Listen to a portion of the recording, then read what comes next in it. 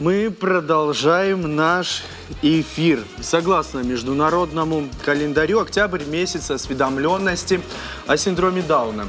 Не случайно их принято называть солнечными. Это очень дружелюбные, милые дети, которые способны радоваться самым обычным мелочам. Думаю, что люди с синдромом Дауна могут научить некоторых из нас искренне и беззаветно любить. Именно в этот месяц российские средства массовой информации запускают социальные кампании, которые подробно рассказывают о вот таких вот прекрасных солнечных детях. Существует масса примеров тому, что при правильном подходе дети Солнца могут вырасти талантливыми и успешными людьми. Сегодня в нашей студии руководитель Северо-Осетинской региональной общественной организации помощи людям с синдромом Дауна «Время перемен» Альбина Кутаева, очаровательная Юлиана Багаева и ее мама Велта. Ну, Юлиана, привет. Рассказывай, как тебе у нас нравится? Стесняется пока. Велта, действительно вот такой у вас стеснительный ребенок, спокойный, как вот вообще сегодня нужно развивать ребенка для того, чтобы он был успешный? Прежде всего надо, наверное, здравствуйте, кстати, относиться к таким детям, как к обычным детям. Не выделять ничем, прежде всего, мне кажется. А потом все остальное... В любви и в строгости. Естественно, это обязательно. Строгость всегда нужна. А любовь — это само собой. Юлиана, ты сама что любишь больше всего делать? За кадром ты мне говорила рисовать. Говори, уже не стесняйся. Что еще ты любишь? Юль. Да, Юлька, голову подними и рассказывай. Ну, тогда давайте с вами поговорим, Велта. Чем увлекается у нас сегодня Юлиана? Что особенно любит, предпочитает? Особенно она у нас любит, конечно, плавать. Если честно, нам очень везет в этом плане. То в одно место, то в другое место. Ее всегда брали. Еще она любит очень танцевать. Ну, как-то сейчас не танцуем, можно сказать. Прекратили временно наши танцы, но, надеюсь, все возобновим. Альбина, вы как руководитель организации помощи людям, таким солнечным детям, как Юлиана в том числе, скажите вообще, какая ситуация у нас сегодня в республике, сколько людей вы курируете, в чем помогаете, в чем вообще заключается основная задача вашей общественной организации? Добрый вечер еще раз всем. Ну, в первую очередь, я тоже являюсь мамой мальчика с синдромом Дауна, зовут его Ислам, ему 4 года. И, конечно, меня сподвигло организовать это мероприятие, это так называемую организацию уже вот после рождения моего ребенка. Чем мы занимаемся? Мы социализируем, адаптируем, интегрируем наших детей в современное общество. Ну вот мне кажется, если честно, что нужно работать даже не с детьми, а с родителями. Ну, вот есть, в этом смысле. Конечно, это одна из основных проблем, обязательно общение мам. С тех пор, как мы объединились, многие мамы могут подтвердить мои слова, что им стало намного легче. Мы называем себя большой дружной семьей себя. Пока вот в нашем 88 семей уже. Я думала, что нас больше в республике, но в силу разных обстоятельств не все знают о нас, и поэтому вот как-то так. Детьми занимаемся. Какую-то поддержку республиканские власти или, может быть, какие-то другие фонды оказывают вам? Ну, мы больше нацелены, я же говорю, на социализацию. Мы так даже, по большому счету, и не просим никаких, нам не нужны никакие материальные блага, там, баснословные деньги. Мы хотим просто, чтобы нас приняли, общество увидело таких детей, и, грубо говоря, чтобы все поняли, что мы такие же, как все, ничем не хуже, и, как мы любим говорить, может быть, даже где-то лучше, со своей одной дополнительной хромосомой. Вот основная, что задача была, рассказать, показать, чем мы занимаемся на данном этапе нашего. А у вас все дети такие стеснительные? Ислам тоже такой? Ислам нет. Ислам, наверное, в силу возраста сейчас совсем не такой. Надеюсь, что он тоже станет более спокойный. Сейчас он у меня гиперактивный, поэтому его никак бы он бы здесь не усидел. Мы его не привели. Вот. У нас есть небольшой видеоматериал. Давайте его вместе с вами посмотрим о солнечных детях. Спасибо. Люди с синдромом Дауна не жертвы, они не страдают и не поражены этим синдромом. Это генетическое состояние, которое определяется наличием в клетках всего лишь одной дополнительной хромосомы. Солнечными этих детей называют не зря. Часто они оказываются особенно талантливыми, лепят, вышивают, рисуют, танцуют, но они нуждаются во внимании больше остальных. В этом помогает программа инклюзивного образования. Так, на базе театральной студии «Реплика» во Дворце пионеров уже 2 года существуют солнечные лучики. У нас обучающая программа, куда входит артикуляционная гимнастика, дыхательные упражнения, упражнения на двигательную активность, очень много комплексов оздоровительных, чтобы дети подтягивали свое физическое здоровье. Начали!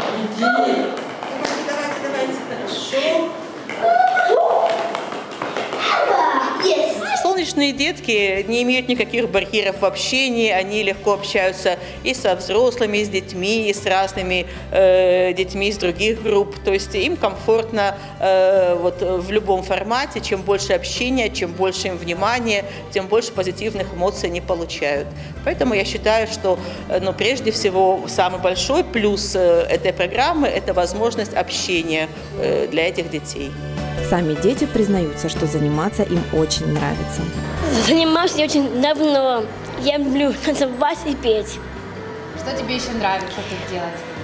Тут играться, с разными руководительницей. Своя хорошая, добрая. Ты тут нашла друзей себе? Да, Сережу, Алану, Эму. Они мне близкие друзья. Они в моей памяти сохранились. Яна Беджесова в этом году стала первоклассницей, ходит в обычную общеобразовательную школу. Мама девочки говорит, что администрация приняла их без всяких проблем и с большой радостью. Особенно повезло с первой учительницей. Опыт работы с детьми особенными у меня есть, потому что я выпустила класс прошлый, в котором был ребенок, особенно учился по программам другого вида. Раньше было очень сложно, правда, учить. Не было ни умения, ни навыка, ни литературы. То есть я этим никогда не занималась, и поэтому для меня это было впервые. Одноклассники Яны очень дружны с девочкой и всегда с особой теплотой и трепетом отзываются о ней. Мы с ней сидим за одной партой, дружим хорошо. Она красивая, хорошая, веселая. Она любит рисовать. Мы с ней всегда играем на перемене. Хорошая, со всеми дружит. Я ее люблю тоже. Смешная. Она хорошая, красивая, умная и хорошая девочка. А сама Яна признается, что учиться в школе интересно и весело, и даже рассказывает, какие предметы ей полюбились больше. Математика, английский, русский. Солнечные дети свободно посещают самые обычные детские сады, школы и секции. Справляются с режимом, с удовольствием заводят друзей и участвуют в играх. Например, играют, танцуют, садики, бросают. Это помогает не только их развитию, но и учит других детей быть добрее и терпимее. Задача взрослых – создать для этого условия. Дети с особенностями развития – это пример искренней любви. Они добры, ласковы и дружелюбны. И у каждого есть свой неповторимый характер. Мадина Русланова, Ибрагим Чочев, Ахсар Тибилов, Алексей Идрисов, телекомпания «Осетия». Очень интересный сюжет получился. У вас, я правильно понимаю, есть свой центр? Ну, у нас не то, что центр, у нас как бы нет пока центра, мы к этому идем, я надеюсь, мы придем к этому. Дай Бог, это дай наша, да, большая такая мечта. А то, что показали сюжет, это как раз о наших детях. Это результат, наверное, нашей работы уже, то, что наши дети стали посещать кружки. Вот, в частности, театральный кружок при Дворце пионеров для наших детей выделили такого талантливого педагога, который очень рад и от души отдается и делает все для них. Думаю, что это первый шаг в инклюзии для наших детей. А что еще планируете? К чему-то же вы стремитесь? Да, конечно, мы стремимся к тому, чтобы и дети наши, не только Яночка, как вот показали, посещала обычную среднеобразовательную школу, но и все остальные дети наши посещали бы школы. То есть инклюзия в самом красивом ее понимании, чтобы наши дети ходили в обычные школы. Слава богу, малыши уже посещают сады без проблем. Вот очень хочется, чтобы и школьный возраст, а потом и старшее поколение. Ну, я же повторюсь и вернусь вот к этому, что мечта наша — это большой центр такой, чтобы дети 18+, которые уже их назовем, они уже не дети, они остались как-то вот не удел. И вот их привлечь, чтобы у них тоже было куда выйти, чем заняться, научить их. А Министерство социального развития и труда ну, каким-то образом может реагировать на Мы сейчас на стадии, да, мы общались и с администрацией города, нам пообещали, надеюсь, что обещания исполнят. Да. Специалистов не хватает у нас, специалистов, к сожалению. Для наших детей самая большая проблема — это речь. И вот речь надо запустить. Над этим надо очень серьезно работать. И, к сожалению, с этим у нас пробел большой в республике. Надеюсь, что нам как-то помогут тоже и вот привлекут. Или хотя бы обучат, как минимум. Велта, а вы как мама, что можете посоветовать родителям, которые тоже имеют солнечного ребенка, как с ним нужно общаться и к чему его нужно приспосабливать? Да? Вот это, по сути, птенец, да? Каждый из нас, когда мы были еще маленькими детьми, что нужно вложить в этого ребенка? Ну, я считаю, что в ребенка надо вкладывать все в том плане, что, как вы сказали, птенец. Как в обычного ребенка. Разницы нет, только намного больше. Стараться ежедневно, ежечасно. В основном надо разговаривать. Надо речь постоянно держать. Ну и физически, естественно, надо развивать, потому что у них гипотонус, и вот это все, чтобы на ноги встали, чтобы... Ну, можно сказать, как с обычными детьми, но только намного больше. То есть нужно учитывать индивидуальные особенности самого ребенка. Обязательно. Естественно. Без этого никак. История сегодня знает немало талантливых артистов, актеров в различных жанрах, которые играют. Я думаю, и одноименные сериалы сразу приходят в голову. Вот в этом направлении вы не думали о том, чтобы в перспективе, может быть, создать такой профессиональный театральный кружок, например, конечно, для дальнейшего их развития? Ну да, мы, конечно, об этом думаем. И нам кажется, что как раз этот кружок, который сейчас посещают дети, он когда-нибудь перерастет в театр для детей, не только с синдромом Дауна, а для детей с особенностями в развитии. Очень хочется, чтобы вот в Осетии тем самым и трудоустроим наших детей и покажем людям, что они тоже могут. Они на самом деле очень талантливые и артистичные. Это их стезя. Они очень такие подражают, умеют подражать. Ну вот Юля просто очень стесняется. На самом деле она-то уже девочка довольно развитая. Все. Им подвластно можно быть все. Я не говорю, что вот там компьютерные вот эти все. Даже это им можно. Ну, компьютерная грамотность, знаете, и у меня тоже хромает. Начнем с этого. Нет, если визуально они вот это как бы фотографируют, они это все... Очень хорошая память да, в этом плане. Все запоминаешь, Юль? Ну да, она лучше меня все запоминает. Фотографическая память, она читает, да? Она пишет, она ходит в школу. Ну, нормально все. Чуть растерялась как-то, да, Юль? Она вон фантует. Юля сегодня, да, кокетка. Может быть, надо было ближе к маме ее посадить, но раз уж мы все уже здесь сегодня находимся, что нужно для того, как вы полагаете, вы как мама, еще и как руководитель этой общественной организации, для того, чтобы сделать ребенка счастливым?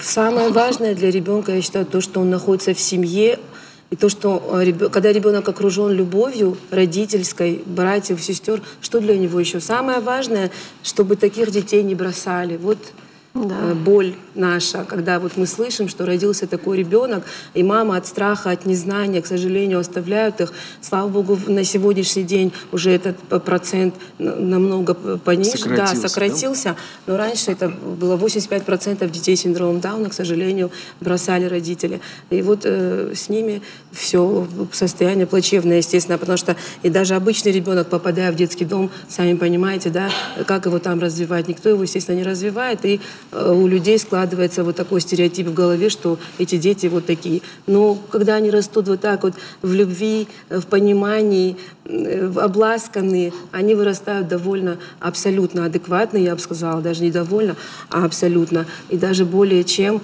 в какое-то русло правильное, если направить, то показывают очень значительные результаты. Мы прервемся с вами на небольшую рекламу на телеканале Осетия, а потом обязательно продолжим. Не переключайтесь, впереди еще Тенгу по-русски.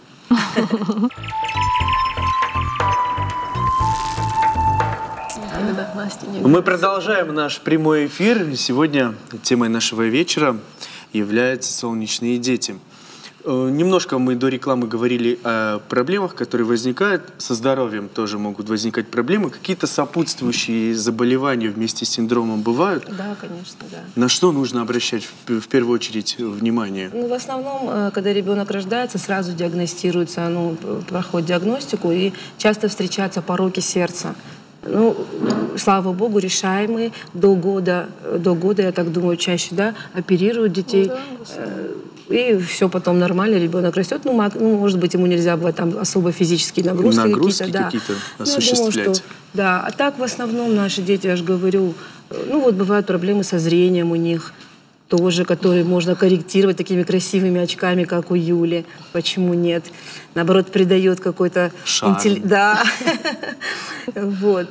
Вот хочется сказать еще о том, что люди, многие заблуждаются в том, что считают, что наши дети, я же говорю, как вот стереотипы какие-то, да, вот стоят всю жизнь, вот они из тех 60-х, с каких-то годов идут, когда вот эти картинки страшные ты видел, учась там в институте или в школе.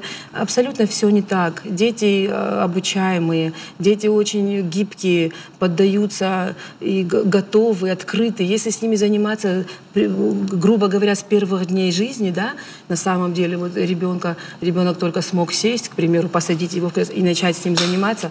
Вот как уже и Вилта сказала, что фотографическая память у них редчайшая.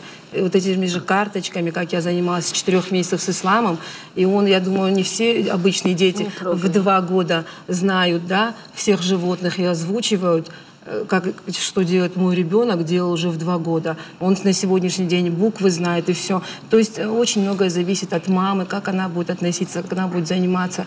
Если не пустить на самотек, то абсолютно среди обычных детей будут они идти. Существует также много мифов, да? Говорят, что вероятность того, что родится ребенок с синдромом Дауна выше, если там женщина в возрасте. Насколько это вообще реалистично? Не надумано ли это? Нет, к сожалению, или, как сказать, даже не знаю, к счастью или к сожалению, это абсолютная случайность. У нас вот в организации есть и 25-летняя мама. У меня сама 24-летняя мама Первый была. ребенок, да, у Вилты. Ну, у меня, вот я яркий пример того, что вот уже родила, да, за 40 мне было. Ну, тоже так получилось. Поэтому абсолютно большое, да, это случайность такая, генетический сбой случается. И вот независимо от образа жизни, от вероисповедания, от расы, от национальности, ни от чего это не зависит. Это может произойти с любым, в любой семье. Мы тоже, многие из нас в основном, все не думали, не гадали, и всю беременность прекрасно ходили, ждали здоровых детей. Кстати, это вот один еще из тех случаев, когда самый такой неопределяемый синдром. То есть во время беременности 90%... Диагностировать нельзя? Диагностируют якобы, делают все анализы, там кучу анализов конкретно на синдром Дауна, сдаешь все. Но они такие вот, они прячутся там, все прекрасно, на самом деле. И на УЗИ, и везде ребенок здоровый, а потом раз, тебе такой сюрприз. У нас вот из всей организации, может быть, 10 мам знали, что они носят такого ребенка. Они для меня вообще героини, они знали и выносили. А мы вот ждали, потом сюрприз, уже приняли, и все радуемся. Известный политический деятель и Эвелина Блёданс, может быть, вы тоже слышали, но я не о ней говорю, я сейчас про Хакамаду больше говорю. Она в своем интервью, лет 8 этому интервью, она говорила о том, что когда узнала, что у нее будет рождаться ребенок с синдромом Дауна, она специально даже поехала в Америку, потому что для нее вообще это все было шоком. Конечно. И она специально поехала туда, чтобы никаких проблем при рождении не возникало. А вот что бы вы посоветовали этим потенциальным мамам, которые узнали, да, ну, по крайней мере, им говорят, что, возможно, ребенок с синдромом Дауна. Как себя вести? Для вас тоже это уже тогда был шок, да? Вот сегодня, с учетом вашего опыта, наверное, Хакамаду можно как объяснить это тем еще, что в то время еще не было вот так развиты эти соцсети, интернет, да? Она не знала. Она узнала, и опять-таки вот эти картинки у нее всплыли, она знала, что в Америке эти дети более адаптированы, они школы посещали. Конечно, Америка, она давно в этом плане продвинута, да, в инклюзии. У нас она только начинается, а у них уже давно они идут. И она, скорее даже, наверное, поехала не для того, чтобы там родить, а чтобы там жить и развивать ее.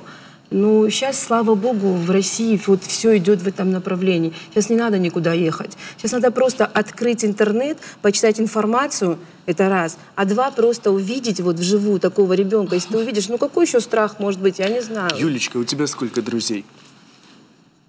Я не знаю, сколько. Ну, много? С кем ты больше дружишь, с парнями или с девочками? По-моему, с девочками. Ну почему? А что интересного может быть с маленькой девочкой? Ну о чем с ней говорить? Так с мальчиком можно погулять, можно даже по деревьям полазить. Нет, Юлька у нас по деревьям не лазит. Не лазит? Она девочка-девочка. А, она прям леди у вас, да? Вот так взрастили. Ну, судя по тому, как Велта сидит, Юля тоже, да? Подражаешь маме? Нет. Я маму очень сильно люблю. Она моя единственная мама на свете. Она самая красивая из всех мам. Да ладно, я тоже так своей маме говорю. Не надо. Ну, на этой оптимистичной ноте мы передаем слово